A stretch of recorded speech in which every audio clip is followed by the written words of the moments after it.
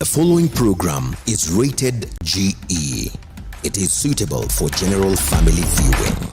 Tonight on Humble Beginnings. Honestly, mimi nilikuwa nataka tu ni grow nitoke Huruma.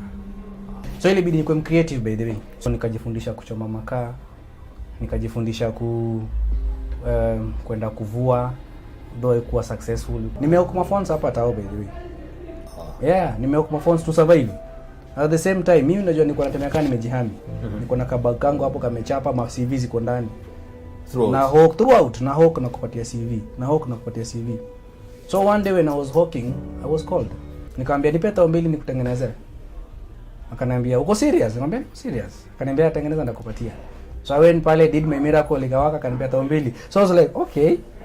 So this thing can pay. Commission kubwa kuliko yenye ulikuwa unapata. 2K 40 minutes. Then nikasema now this is the career.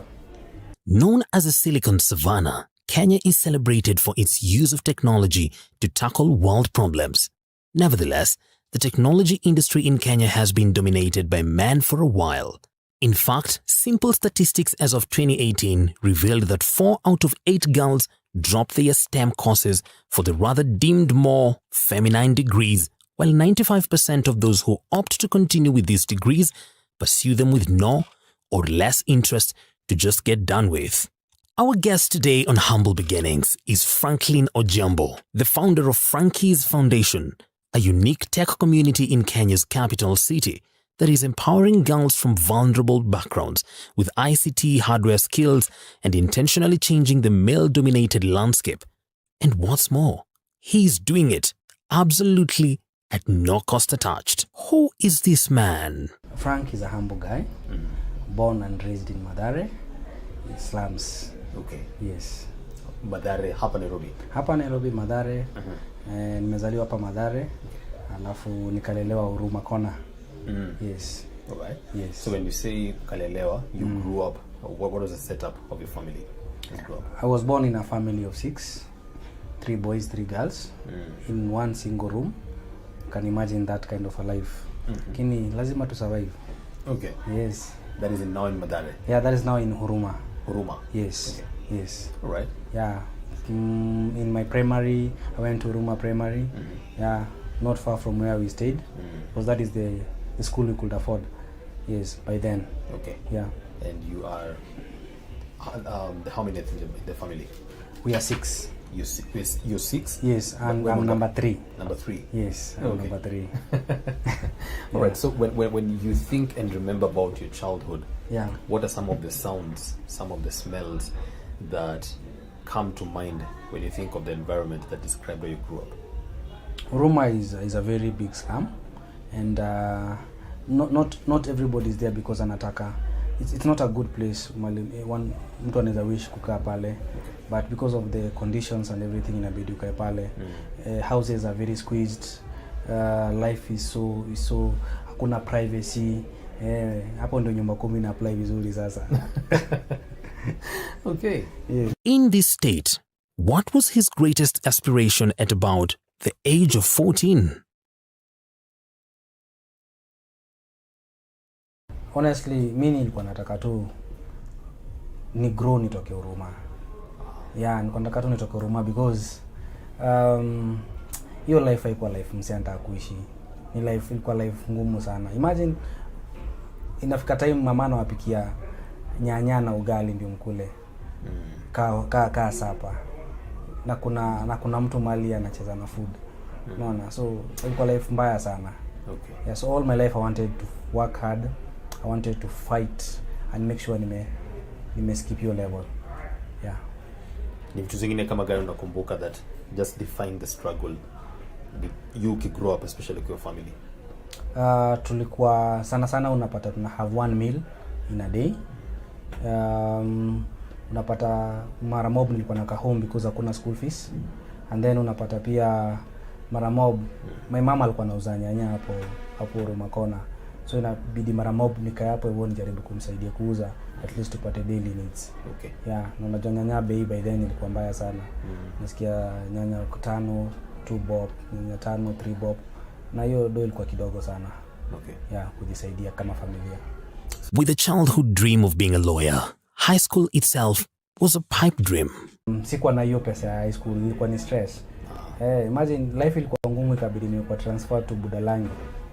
Yeah, so I went to Budalangi High School. Kule kwa floods. Yes, kule kwa floods. Kule kwanza tulikuwa sawa, kuna tu enjoy, unasema huko kati floods na kama unatupa bagu na sumu ukifuata. But ilikuwa ni life, ungefanya nini?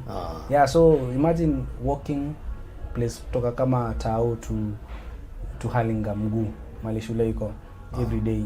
Kukinyesha inabidi kunje trouser ndio uweze kupita maji nini, ufike shule again ujiosha ndio inge class. So life haikuwa easy. Okay. For 4 years I really had to struggle. Mother anakupatia tawa, anakuambia hiyo ndio fee. Unafika pale chuo basa anakuambia hii manzi hii haiwezi. Inabidi tena urudi home. Sasa hizo ni vitu zilini expose kwa vitu mob. So nikajifundisha kuchoma makaa, nikajifundisha kwenda kuvua, though ikuwa successful because manzi kama una kismat unaweza shinda kwa bahari ama kwa river Nzoia the whole day nitoke bure. So those are the things nilipitia at least kujisaidia. Yeah. Hiyo time uko high school. Hiyo time niko high school. Unaenda chuo, because ilikuwa day scholar. Yeah. Unaenda chuo, ukifika pale chuo unasoma, ikifika 4:30 unachomoka, unarudi home, unaenda unakatakata miti. By the time inafika 7 uko ushapanga mti kama leo, the next day unaenda chuo, kirudi unakata nyasi, unafinika. In 3 days umechoma makaa imeiva. Alafu the funny thing is hiyo makaa umechoma almost a week, unauza 30 bob. Gunia nzima. Na karai moja ilikuwa 30 bob.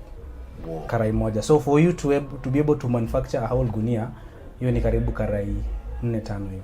Of which hauwezi manufacture because time, kuchoma nini, na take time na bado lazima uchoke. Wow. Yeah. After his KCSE examinations, he decided to face his fears by facing the city. So Nairobi nikirudi nikaanza kuhustle. Nikafanya job mob za sulubu. Nakumbuka nimefanya job hapa Moi Forces Academy. Kazi yangu ilikuwa ni kuosha vyombo, kuosha DH. Mimi in my school tulikuwa tunajioshia hizi vitu. Lakini Moi Forces manzi wako na privilege. Watoto wadosi. Unaosha dining hall, unaosha plates na kila kitu. So hiyo ndio ilikuwa job yetu. Ilikuwa kama groundsman. Nikatoka hapo hivyo nikaenda Doni.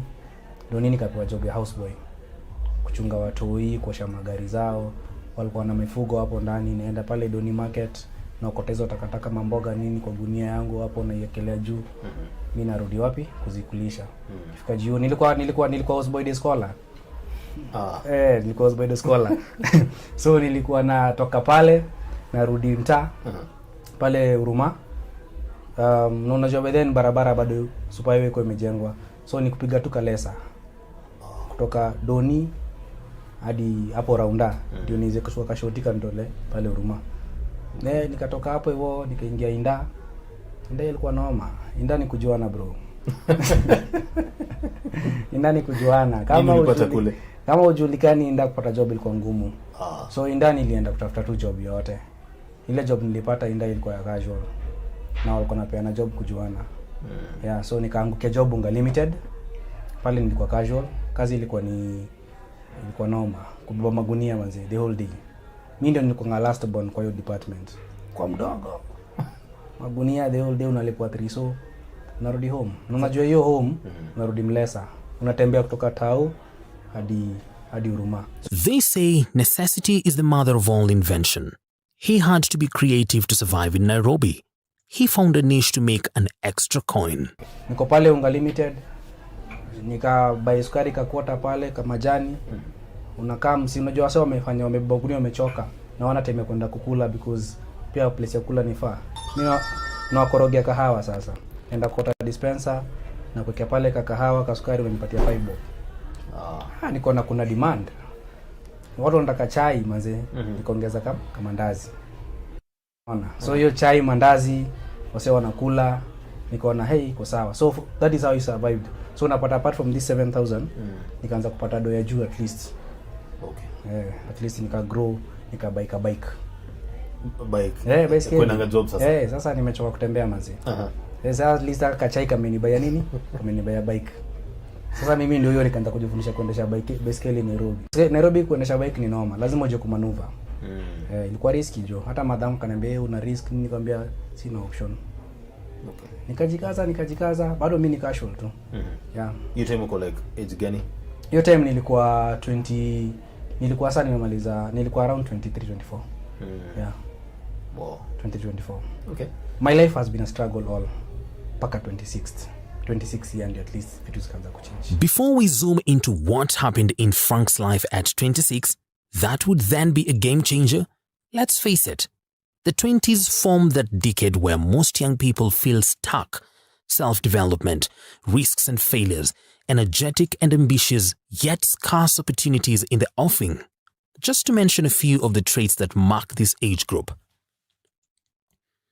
Guess what? Some of the highly successful people in the world had their fair share of humble beginnings in their 20s as well. Amazon founder Jeff Bezos was flipping burgers at McDonald's. Billionaire Warren Buffett was a small-time salesman. Business magnate Mark Cuban was fired and lived with 5 other dudes. And many more. But after the break, Frank will tell us what changed at 26 that now built him an ICT hub where many tech girls have been sculptured. Don't touch that dial. We'll be right back.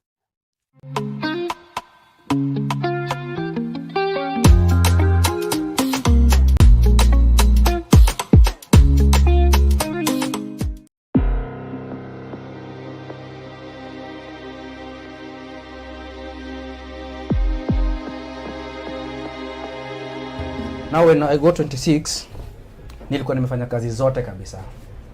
Nimechoka. And then I find this guy ananipatia job kwa duka yake Kasaiba. Ananilipa 3k per month. And na commission juu yake. And this guy ako na laptop, ako na computer desktop, alafu ananiambia wewe kazi yako ni kutype na kuprint. So one day machine ka breakdown. Okay? Machine ime breakdown. Nashindwa sasa hapa ta survive aje. I call the owner, ananiambia, the owner used to work NEC. Alikuwa director huko. Ananiambia, hey, tuko busy na mitihani, sitaweza kukam, but I'll come. So it takes him 2 weeks for him to come. Hizo 2 weeks imebidi nikae pale nimeng'edia, unaona? Na nalipwa na commission. So nikaanza kuchapwa na stress. Nitapataje do nini? Na siwezi muibia. So ikafika mahali alipokam, ikamchukua only 30 minutes kwa mshao machine. It was hiyo ndio ilikuwa inspiration yangu kufanya IT sasa. The guy comes, anafungua mashini, anapuliza nini, anachukua kasidi anaingiza hapo ndani. Naona miracle kidogo, after 40 minutes mashini iko sawa. Shawaka. Nikamuuliza, "Hai, 2 weeks it takes you 40 minutes to fix it kitu 2 weeks." So nikakuwa eager kujua stories za IT. Okay? Then next time ilipo break nikafanya exactly thing he did. Ulimwatch? Yes, I just watched what he did. Yeah. So nikasema, si niliona nini. So mimi mwenyewe nikaanza kuifanya. After 40 minutes, machine ikaamka. Nikasema, okay. So hivi ndio kunaendaga. Nikapata psych. Then miraculously, ama tukibahati poa, jirani mwenye alikuwa competitor, the same thing ika happen. Machine ika break down. Akaniambia, "Hey Frank, ni aje machine yangu mazee ime break down. Inasema no bootable disk." Okay. Nikamwambia nipe tao mbili nikutengenezee. Akaniambia uko serious? Nikamwambia serious. Akaniambia tengeneza ndakupatia. So I went pale, did my miracle, ikawaka, akaniambia tao mbili. So I was like, okay.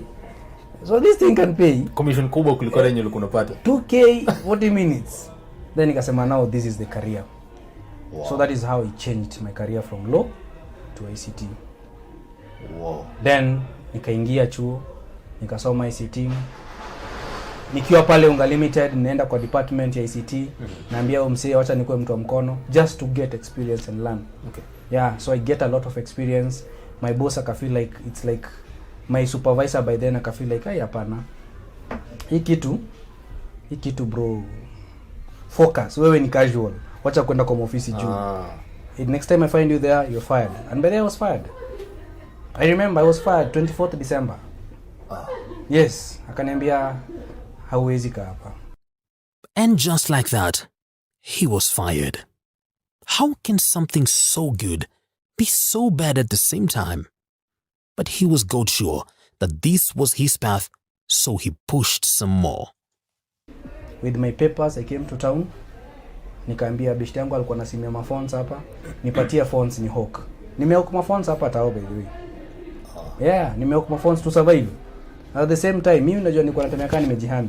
Niko na kabag kangu hapo kamechapa, ma CV ziko ndani. Na hawk throughout, na hawk na kupatia CV. Na hawk na kupatia CV. So one day when I was hawking, I was called. There's this ICT company inataka technicians. And I remember that day when we went there, manze in Nairobi wasa wamesoma.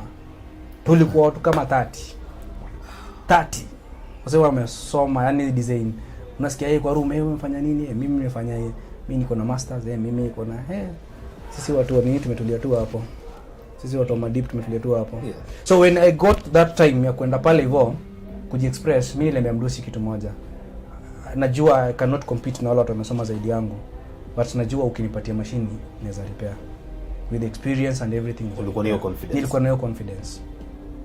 Na wakaniambia sawa, we'll get back to you. Mimi nikwambia in fact I'm surprised mnaniambia niwapatie CV na nilishawatumia. Mimi nilikuwa na ngoja mniambie machine ndio hii fungua bana. Vitu practical. Yeah. So jamaa nikapita interview. Nikapigiwa simu. Kaambia kuja Nakuru uchukue barua zako za job. I went to Nakuru. I didn't have fare by the way. Nimeenda kwa maduka nikamwambia nipe fare nifike Nakuru, nikirudi ndakurudishia. Kimungu tu kanipatia so 5. By then kuna Nakuru ilikuwa so 3. Nikapanda mat Nakuru nikachukua barua na nasema nilikuwa na neema ya God because nilifika pale hivyo mdosi akaniambia hao wengine washachukua barua ngoja. Kaniambia ingia hapo ndani ukule. Kuingia hapo place nyingine fancy jo, hoteli big, alafu nauliza soda na mbwa so 2. I'm like sasa ananijipima nini? Na ndio niko na so 2 kwa mfuko ya kurudi Nairobi na bado niko na so deficit. Nikasema siwezi kula. So nikakaa hapo, akakuja kaniambia na mboja kula, nikamwambia niko na shida ya tumbo. Kwanza ujui manze unaweza kula ushinde kulipa na lia kwa siku kapu. So nikapatiwa barua, akaniambia nataka kuni wapi? Kuni deploy Nairobi. So mimi kwa Nairobi nikaanza job kwa department ya ICT. Kwa hii kampuni. Kwa hiyo kampuni sasa. Then that is how now my life starts changing. At 26th. Msi akaona niko na passion. Mbele nilikuwa na passion. Nilikuwa na passion na hizi vitu vibaya sana. Nikaingia deep. Now the funny thing na hii career, you can never be an expert.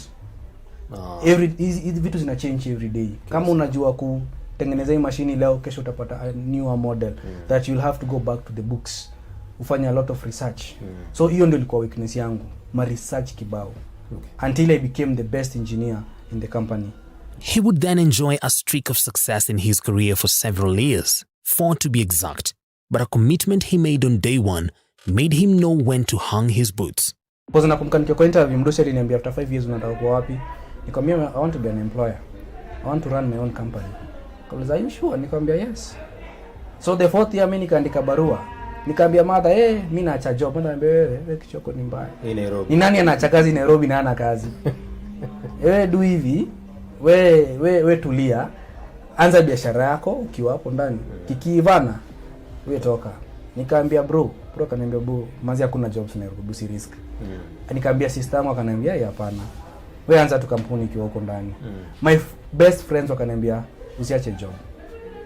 The fear of unknown. But mimi nilijua kitu moja. Nikilala kuna guarantee nitaamka. But I still take that risk and sleep. Believing and hoping nitaamka. Na mimi huamka. Unaona? So mimi nikaandika barua. Nisikusikia mtu yote, nikaenda mdosi nikamwambia unajua nini? Unakumbuka nilikwambia the 4th year, the 5th year I want to be my boss. It is time. Nikamwambia barua nikamwambia nashukuru, umeniokoa, I want to be like you. But I cannot be like you if I keep working for you. Nikamwambia look at your cars. Look at your houses. I admire them. But if I'm here, siwezi kuwa nazo. Wacha mimi nipambane na life ya mimi iko nje. And just like that, he walked out and began a small workshop, and because he was good at his trade, clients from his previous workplace made his phone to always buzz. I cannot work alone. Nikatafuta kijana nikaanza kumfundisha kazi. Bado hatutoshi, nikatafuta mwingine. So nikasema so this employer thing is working. Kwa sababu ndio nawapatia kitu. So time came nikasema kama hii kitu imechange life yangu.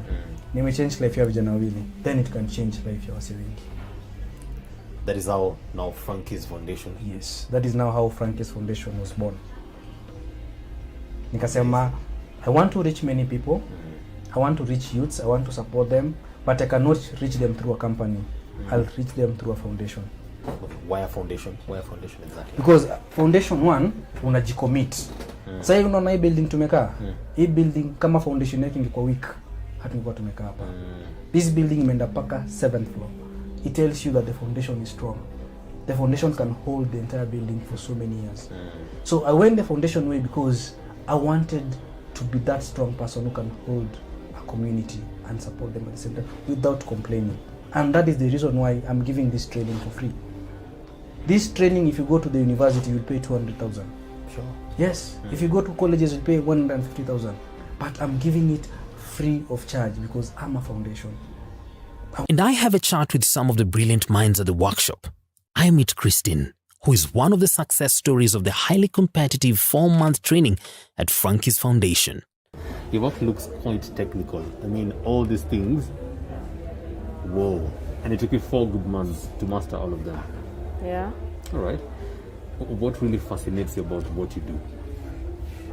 What fascinates me about what I do is that you're interacting with something that responds to you without even talking.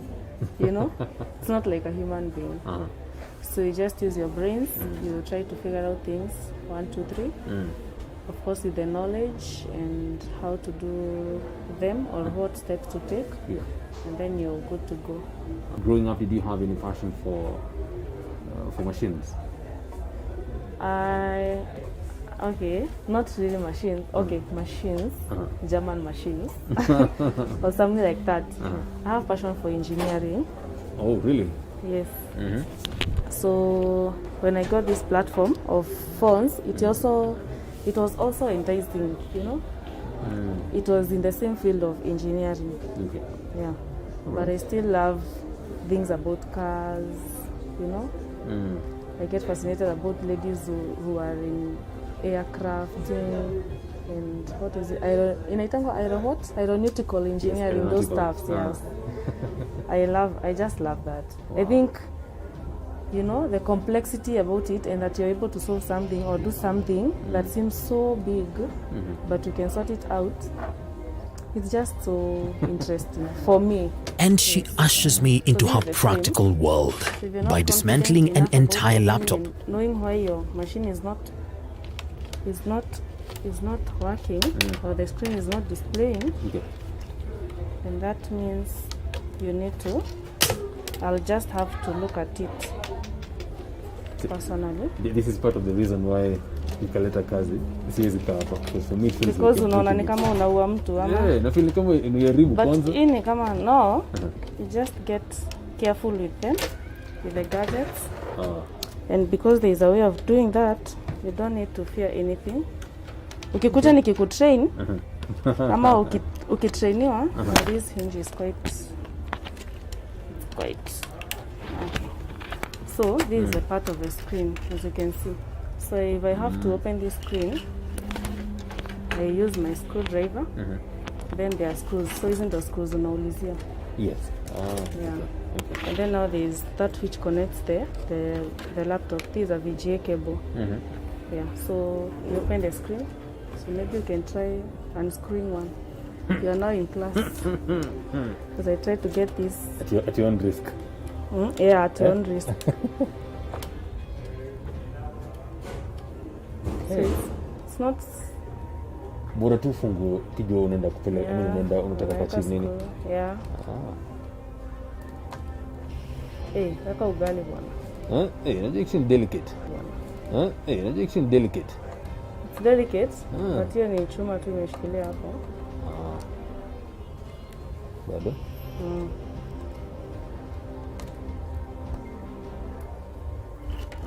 So you also open huko chini. I don't know why this screw is. Yeah.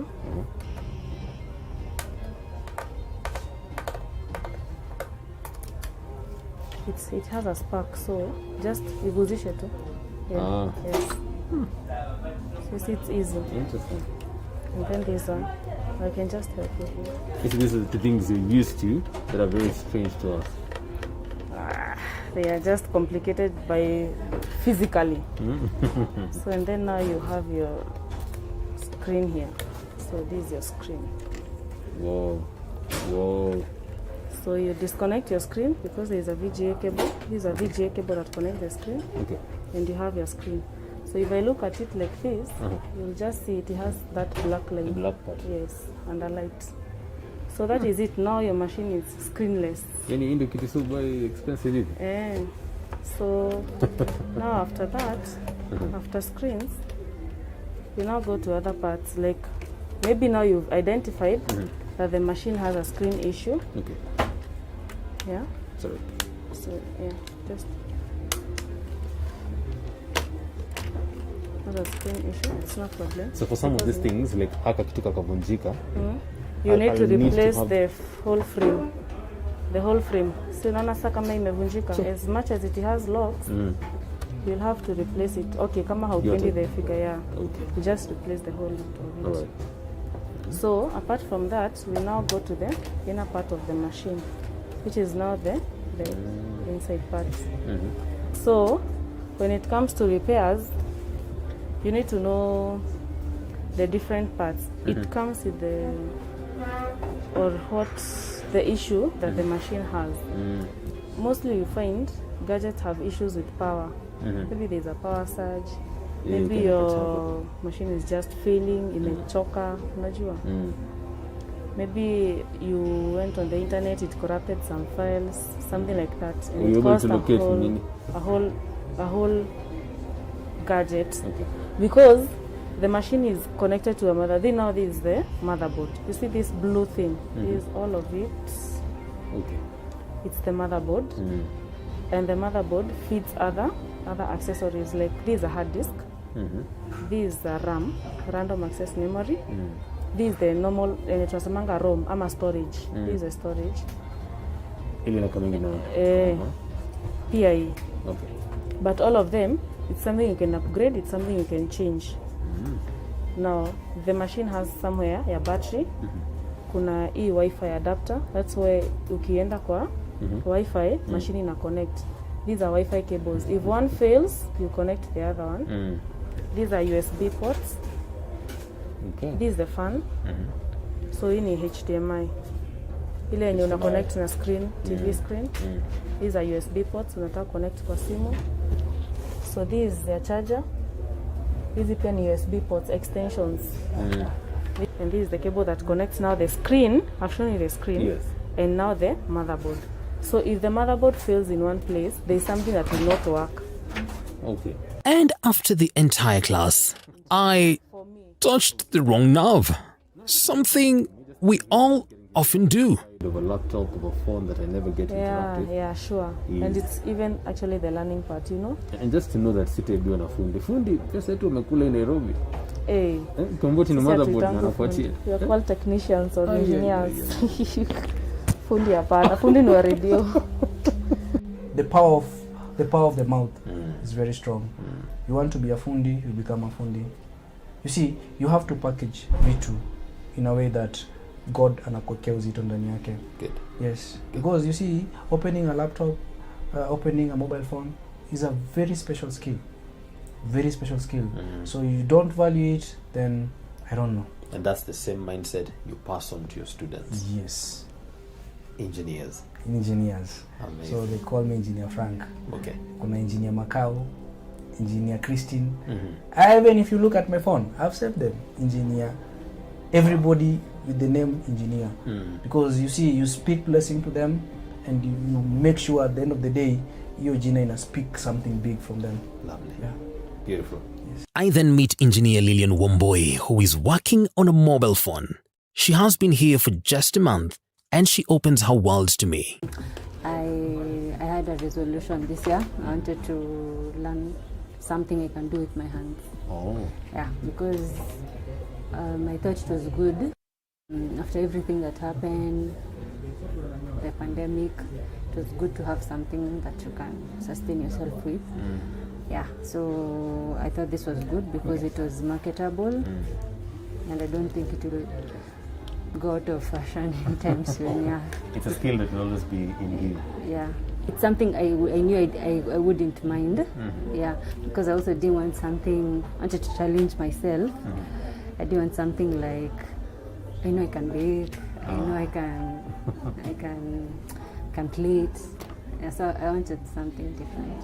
Something different. Yeah. All right. What does it make you feel when you know that this is pretty much a male-dominated field? It feels awesome.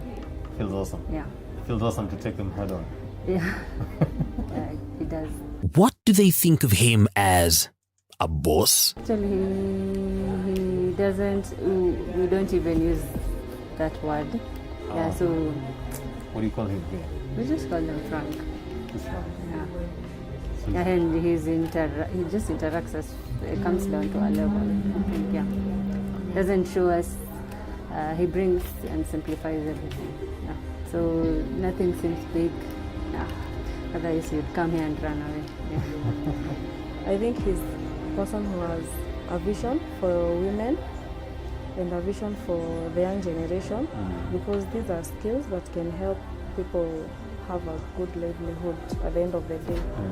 With the rate at which there is joblessness in Kenya, he has a great vision. What then is Frank's batting shot? What does he think of himself? I was born from a very poor family. Baba yangu alikuwa maskini, babu yangu alikuwa maskini, babu ya babu yangu alikuwa maskini, mimi mwenyewe nilikuwa maskini. So how do I break this barrier? Lazima ingeni cost firewood and water. Okay? So for me to break this barrier, lazima ninge sacrifice a lot.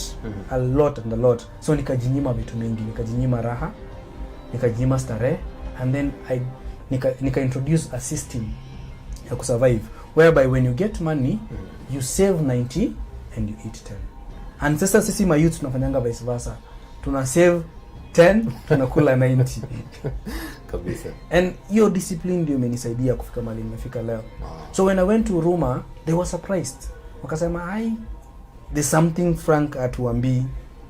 Kuna stuff yes, ndani. There's something Frank atuambii. And some believed niko Illuminati. But of course, kama niko Illuminati, then niko Illuminati hard work. Yes.